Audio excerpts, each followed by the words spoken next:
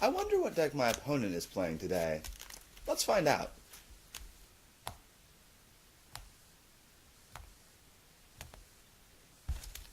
Pixy sticks?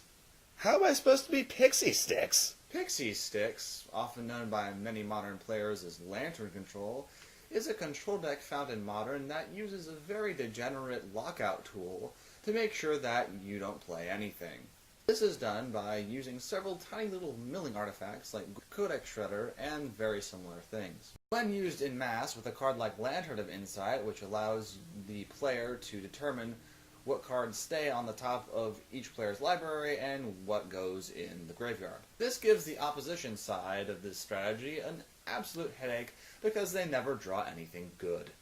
As stated, Lantern of Insight is the main key component in the deck, but it's not really the win condition. It just gives the pilot of the deck more insight as to what to mill and what to keep on the top. It's important to note that probably the most important card, aside from the Lantern of Insight, is Ensnaring Bridge.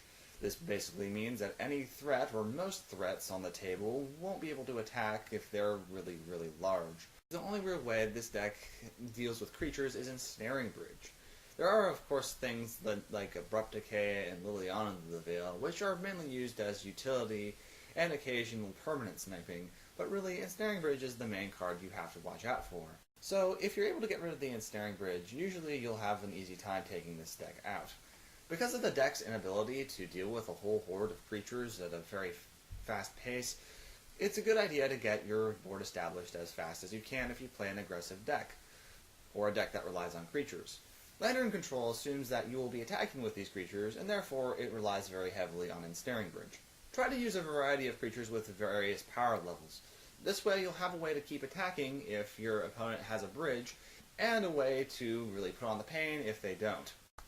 Although they're few and far in between, try to use creatures that can use an activated ability or a triggered ability to get larger after they attack. This way, you can start out by attacking with a smaller creature to go through the bridge, and once they're over the bridge, you can pump them to make them larger. This also works with spells like Giant Growth or Become Immense, so playing a deck like Infect has a lot of ways to play around this.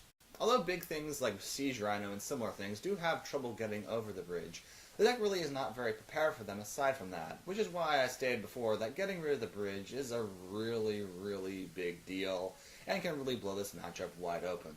Another thing to note is that Lantern of Insight and all the other milling friends that the deck has all cost 1 mana, so 1 mana hate spells like Engineered Explosives, or similar things like Chalice of the Void are an absolute headache for this deck.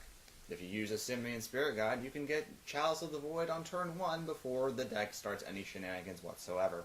Playing a control deck can also be kind of iffy in this matchup, considering you're giving the deck more time to stabilize their combo, and they don't have to worry about creatures as much. It's also important to note that if decks like this are in your meta, don't run so many spells that try to kill creatures. Most Lantern control decks don't run any, so cards like Path to Exile are almost useless. Save them for the sideboard this round. One thing I feel like is really good in this matchup are non-creature permanents that cost over 4 mana. You can use things like Planeswalkers, but I was actually thinking more along the lines of some sort of enchantment that solely deals damage or gives you some value over time. Planeswalkers aren't terrible, but you have to keep in mind the deck does run Pithing Needles sometimes in the main. If not main, they will run it in sideboard to essentially knock out this option for you. If you have no way to destroy the bridge, one way you can try to counteract it is to make your opponent draw more cards. Although forcing your opponent to draw cards is kind of uncommon in Modern, it is one way to play around it.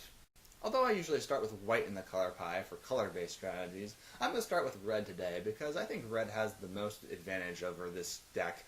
Considering that Burn plays around Ensnaring Bridge, red decks usually have a big advantage in this matchup.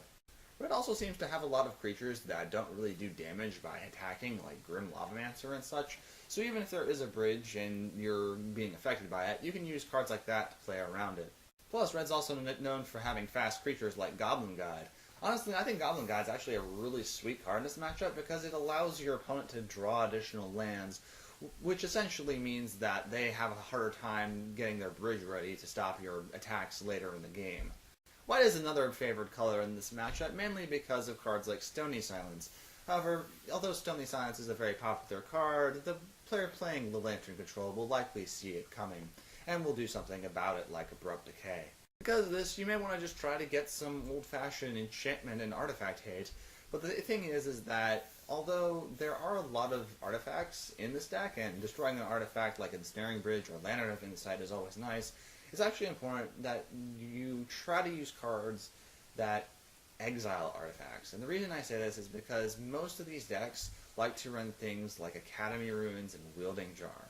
So if you exile these artifacts, they have no way to regenerate or get them back later. It was a little bit lacking in this matchup, considering they don't really have any way to directly deal with artifacts permanently, and in addition, may have a little bit of trouble trying to counter a Lantern of Insight or any sort of milling rock.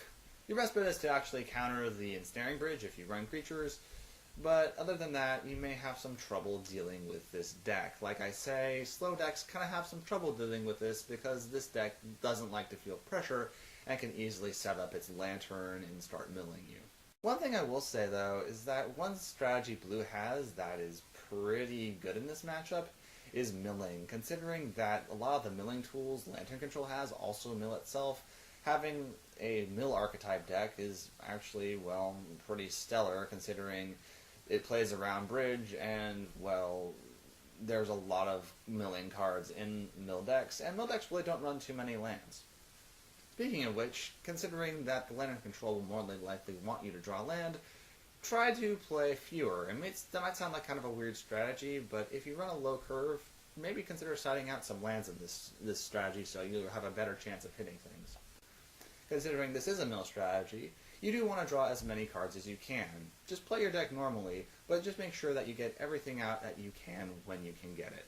Like Blue, Black can also be a bit of a pain in this matchup, considering it has no way to deal with Ensnaring Bridge right out. You can always use the hand attack to get it, but honestly, with all the little milling artifacts, if you're playing a slow Black deck, that may not matter whatsoever. Of course, Abrupt Decay is nice to kill the bridge and any other little trinket that you may find annoying. So consider splicing Black with another color if you go up against this matchup. Like White and Red, Green doesn't have too much to worry about, although there are lots of nice ways to get rid of Ensnaring Bridge and Lantern of Insight.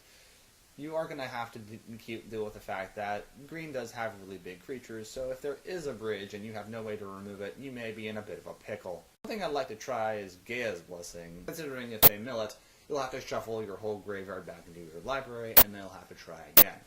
However, one thing important to note is that even though that you can use something like Gaia's Blessing or an Eldrazi Titan, one thing that is actually really common in this deck is main deck graveyard hate like Surgical Extraction, which they can just drop on you immediately the moment that this happens. One final thing I'd like to point out is you shouldn't really be too afraid to play things with a heavy converted mana cost in this matchup. Like I say, you may not want to play a creature, but if there's a permanent that you know of that, well, costs a lot of mana and can really give you all that value, then the Lantern Control deck will likely not be able to deal with it. Swarm armies I find are also really nice, considering most Lantern Control decks do not run board wipes. The only one I have seen is usually Pyroclasm or something very similar. Night of Soul's Betrayal, I've also seen that too.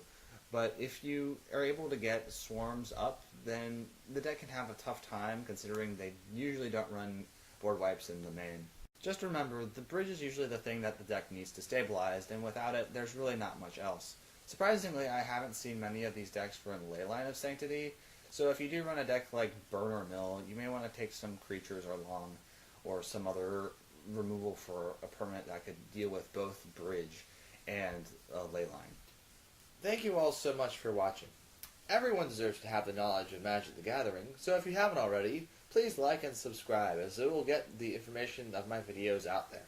I want to give a quick shout out to Justin McIntyre, who suggested the idea for this episode.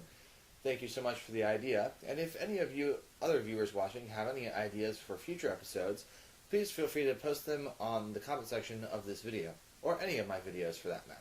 Again, thank you so much for watching. My name is Ryu Spector, and I'll see you all next time. Oh, wait a minute. That's not how you do Pixie Sticks.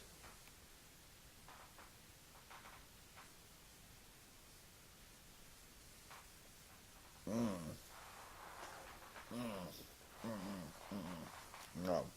No.